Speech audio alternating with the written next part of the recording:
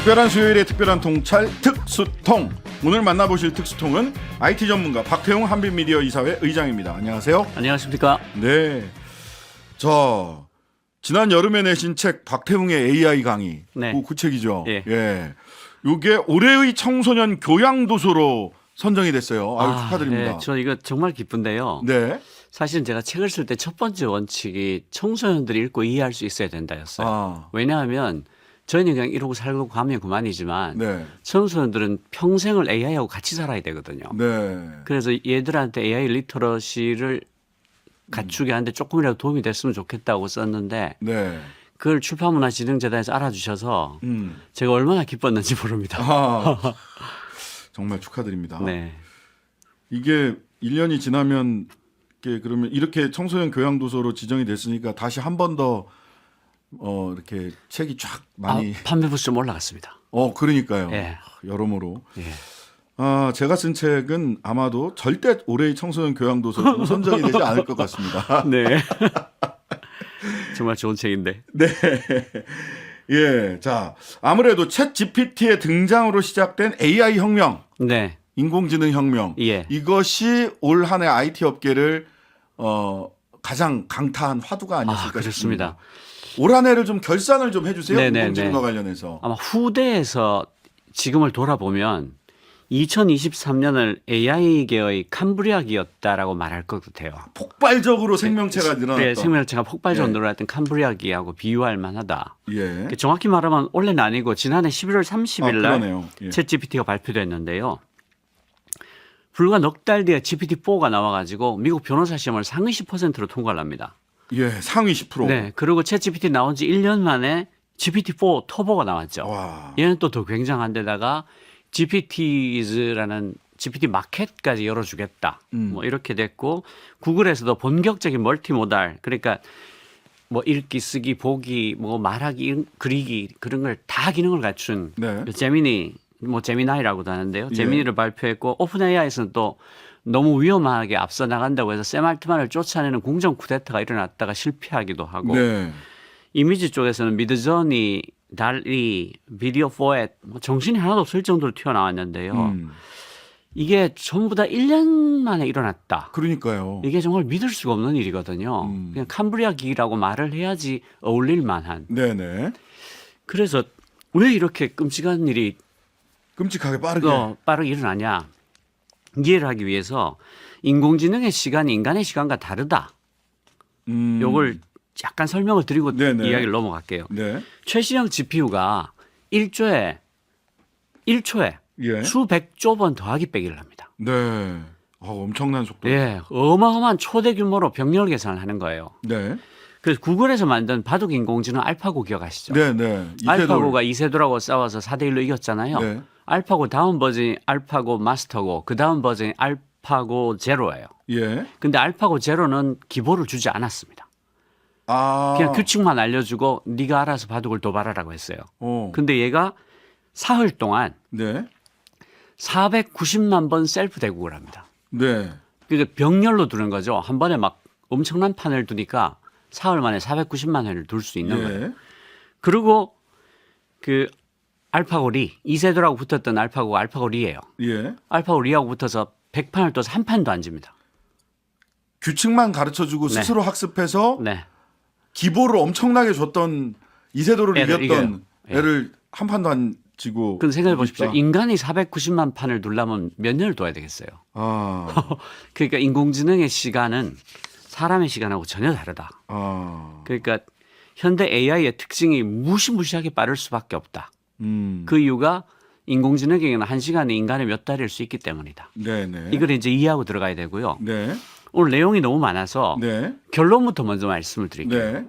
AI가 어떤 변화를 갖고 올 거냐. 네. 첫 번째로 AI가 OS가 돼가고 있습니다. 음. 그 윈도우 같은 게 컴퓨터 운영체제잖아요. 운영체제. 윈도우가 먼저 깔리고 그 위에 온갖 소프트웨어들이 깔리잖아요. 그렇죠. 그것처럼 AI가 모든 것의 기반이 된다. 그런 시대가 오고 있다. 네. 그러니까 모든 앱들이 기본적으로 AI와 연동이 되는 형태가 되지 않으면 네. 더 이상 버티지 못할 거다. 네. 그래서 AI가 OS의 지위를 차지하고 있을 거다. 차지하게 될 거다고. 두 번째가 그 유저 인터페이스.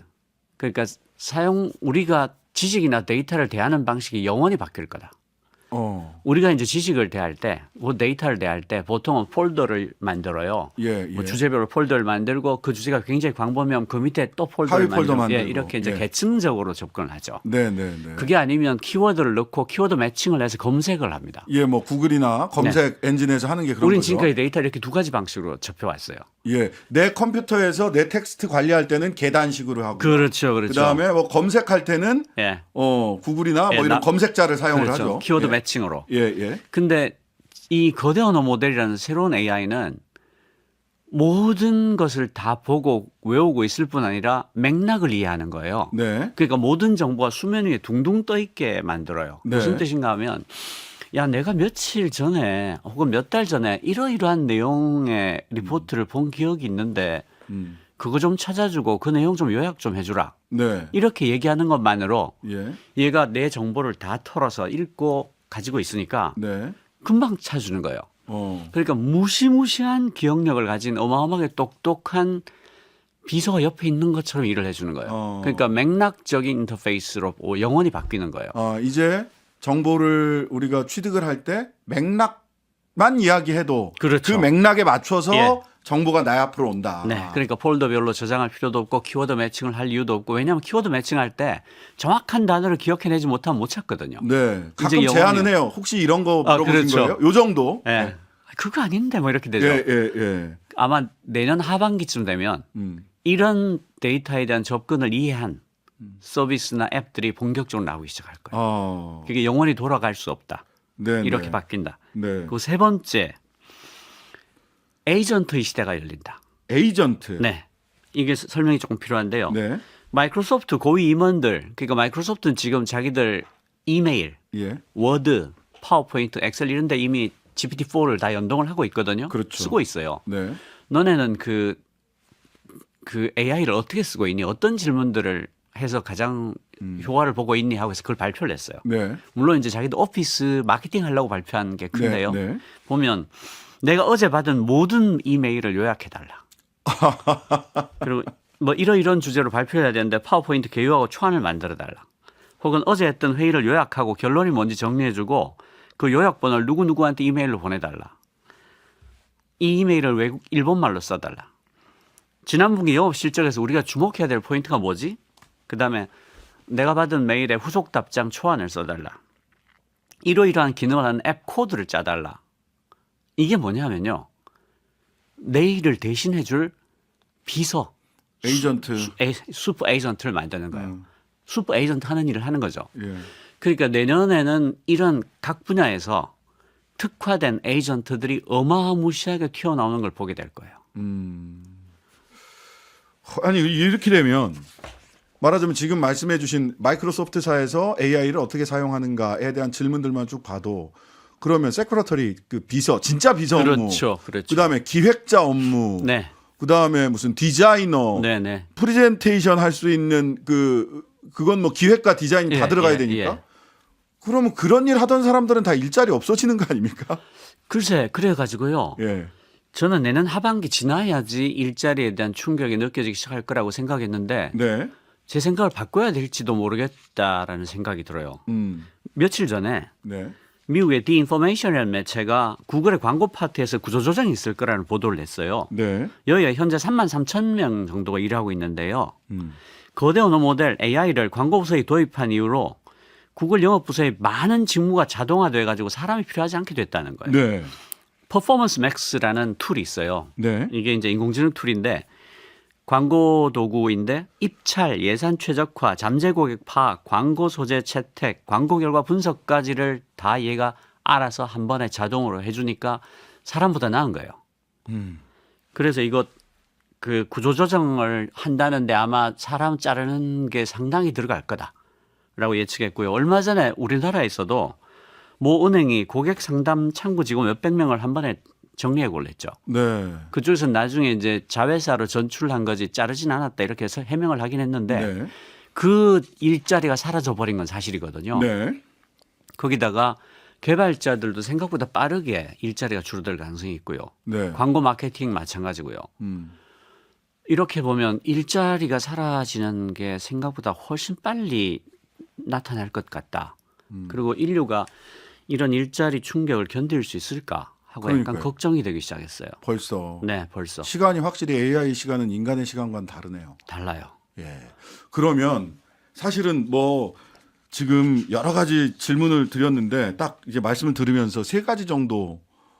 첫 번째는 지금 이제 뭐 10대나 20대 청소년들은 AI랑 평생 같이 살아갈 테니까 네. 열심히 배우라고 해요. 예. 근데 지금 40대, 50대, 60대 즉 중년 이상 이분들은 지금 이 AI 시대를 살아내기 위해서 뭐 돈 주고 구독을 해야 됩니까? 아니면 뭐 공부를 해야 됩니까? 뭘 준비해야 됩니까? 그러니까 그걸 이제 AI 리터러시라고 하잖아요. 예, 예. 그게 뭔지를 이해하는 거. 네네. 이거를 저는 개인의 노력에 맡겨 놓을 수는 없다고 생각해요. 그러니까 보통 보면 공중파가 왜 있냐? 네. 공중파가 사실은 그 공영방송이 왜 있냐 하면 이럴 때 네. 다큐멘터리를 방영을 하고 토론회를 방영을 하고 토론을 주최를 하고 네. 계속 이렇게 알 수 있게 AI 리터러시를 갖출 수 있도록 제공을 해줘야 되는 거예요. 네. 왜냐하면 개인의 노력에 맡겨놓는 게 너무 무책임하지 않습니까? 세상이 이렇게 빨리 바뀌는데. 자, 그러면 이제 교육이나 개인의 노력이라는 게 측면이 하나가 있다면 하나는 이 사실은 AI 사용하는데 무료 버전도 있지만 다 버전이 그 돈을 준 만큼 더 고급 사양을 사용을 하게 되잖아요. 그렇긴 한데요. 제가 생각할 예. 때는 챗GPT나 바드 무료 버전을 써도 예. 충분히 얘가 뭔지를 이해하고 써볼 수 있습니다. 반드시 유료 버전을 구입해야 되는 건 아니에요. 아니 그 말하자면 AI에 투여할 수 있는 경제적인 그 네. 돈에 따라서 네네네. 혹시 AI 시대에 예. 본인이 할 수 있는 역량의 한계가 또 다른 빈부격차가 발생할 수 있는 그런 일이 벌어지면 안 되는데 싶은 생각 때문에 그 새로운 여쭤봅니다. 미디어가 나타날 때마다 예. 얘가 이렇게 갈라놓는 역할을 합니다. 예. 디지털 디바이드. 근데 얘는 더구나 이 레버리지로 가나요? 이게 훨씬 크거든요. 네네. 사용하는 사람과 사용하지 못하는 사람의 차이가 굉장히 커질 것 차이가 같아요. 새로운 미디어가 나타날 때마다 이게 벌어졌는데 네. 이 미디어는 이 충격이 훨씬 더 큽니까? 비교할 수 없을 거다. 그러니까 사실은 뭐 제 책을 읽어봐도 좋고요. 네. 아니면 유튜브에 예. 여러 강의들이 많이 있습니다. 그 강의들을 다 무료니까 그걸 봐도 좋고 챗GPT는 무료니까 구글 바드도 무료거든요. 그리고 네. 네이버 하이퍼클로버도 무료입니다. 네. 네이버 하이퍼클로버는 한국말을 가장 잘 알아들으니까 네. 영어로 쓰기 힘드신 분들은 네이버 하이퍼클로버 써도 좋고요. 네. 어쨌든 많이 써보고 음. 많이 읽는 게 굉장히 중요하죠. 네. 자, 교육 그리고 공공의 역할이 굉장히 중요하겠습니다. 공공의 역할이 굉장히 중요합니다. 네, 공중파를 특히 비롯해서. 뒤처지는 사람이 없게 만드는 게 네. 공공의 역할이잖아요. 세금을 네네. 그것 때문에 내는 거잖아요. 네네. 그러니까 뒤처지는 사람이 없게 하기 위해서 뭘 해야 되냐를 공공에서 고민을 해줘야 되는 겁니다. 예. 그 다음에 두 번째 고민은 이게 개인의 말하자면 그런 아까 얘기한 내 이메일 다 요약해서 나한테 보여줘. 이런 거는 내 이메일 정보를 AI가 다 파악을 하고 있다는 거잖아요. 그런 즉, 겁니다. 개인 정보가 네네. 소위 빅브라더한테 내 개인 정보나 내 일상생활 모두가 그렇습니다. 빅브라더에게 다 취합되는 게 아닌가라는 걱정이 듭니다. 그 이제 마이크로소프트 같은 경우는 오피스의 엔터프라이즈 버전에서 예. 이제 밖으로 절대로 데이터가 나가지 못하게 차단을 네. 했다라고 마케팅을 하고 있어요. 네. 근데 이 세상에 절대라는 건 없거든요. 그렇죠. 그러니까 이 사람들은 자기들이 만든 거니까 자기 회사 안에 쓰는 거니까 네. 편하게 쓸 수 있어요. 네, 네. 근데 다른 회사에서 정말 마음 편하게 쓸 수 있냐. 그렇죠. 약간 꺼려지는 면이 있죠. 주저하게 아직까지. 됩니다. 네네네. 예. 기업도 사실 비공개하는 영역들이 분명히 존재하거든요. 개인도 그렇고. 그래서 사실은 업무용 이메일은요. 예. 미국에서는 회사에서 열어보는 게 합법입니다. 자기들 내부에서는. 네네네. 알겠습니다. 이 부분에도 대책이 있어야 될 것 같고 세 번째는 이제 공상과학 소설에 나오는 것처럼 AI의 속도가 인간의 속도를 이렇게 빠르게 추월을 해서 머리 꼭대기 올라가면 어떡하지 하는 걱정. 그 고민은 유효합니다. 굉장히 많은 AI 과학자들이 예. 인간의 지능을 넘어서는 인공지능을 예. AGI, 예. Artificial General Intelligence라고 해서 예. 인공 일반지능이라고 불러요. 네. 그러니까 인간의 지능이 여러 면이 있지 않습니까? 네. 모든 면에서 인간의 지능을 넘어서는 지능을 네. 인공 일반지능이라고 불러요. 네. 인공 일반지능이 4, 5년 안에 나올 거다라는 사람들도 꽤 있고 와. 10년 안에 나올 거라는 사람들도 꽤 있고 옛날에는 안 된다 그랬었거든요. 네네. 근데 지금은 나올 것 같다라고 하는 사람들이 훨씬 많아졌습니다. 네. 그리고 그 다들 공통적으로 얘기하는 게 뭐냐면 걔가 언제 정확히 나타나게 됐는지를 인간이 파악하기 어려울 거다. 이미 머리 꼭대기에 올라가 있어. 왜냐하면 인간은 자기보다 지능이 뛰어난 사람을 이해하지 못합니다. 그렇죠. 예를 들면 제가 그 양자역학을 누가 얘기를 하면 네, 그 물리학자가 못 알아들어. 네. 아무리 자세하고 친절하게 설명을 하더라도 나는 이해 못하거든요. 네. 그러니까 그 얘가 인간의 지능을 넘어서기 시작하는 어떤 특이점을 지나갔을 때 네. 인간이 지나가는지 안 지나가는지 알 수가 없다는 거죠. 자, 내년이 다가오는데 어쨌든 AI 시대에 살고 싶어 살아갈 수밖에 없는 국민들한테 뭘 준비해라 한 말씀으로 딱 정리를 하신다면 그 일단 그 정부와 공공 쪽에다가 네. AI 리터러시를 높일 수 있도록 여러 가지 일을 해달라. 요구해야 되겠네요. 그다음에 AI에 대한 합당한 규율, 규제, 법안을 전 세계와 같이 공동 보조를 맞춰서 빨리 만들어 달라. 알겠습니다. 특별한 수요일에 특별한 통찰 특수통 박태웅 한빛미디어 이사의 의장과 함께했습니다. 감사합니다. 감사합니다. 하루 종일 기다려지는 진짜 시사. 평일 저녁 6시 5분 신장식의 뉴스 하이킥.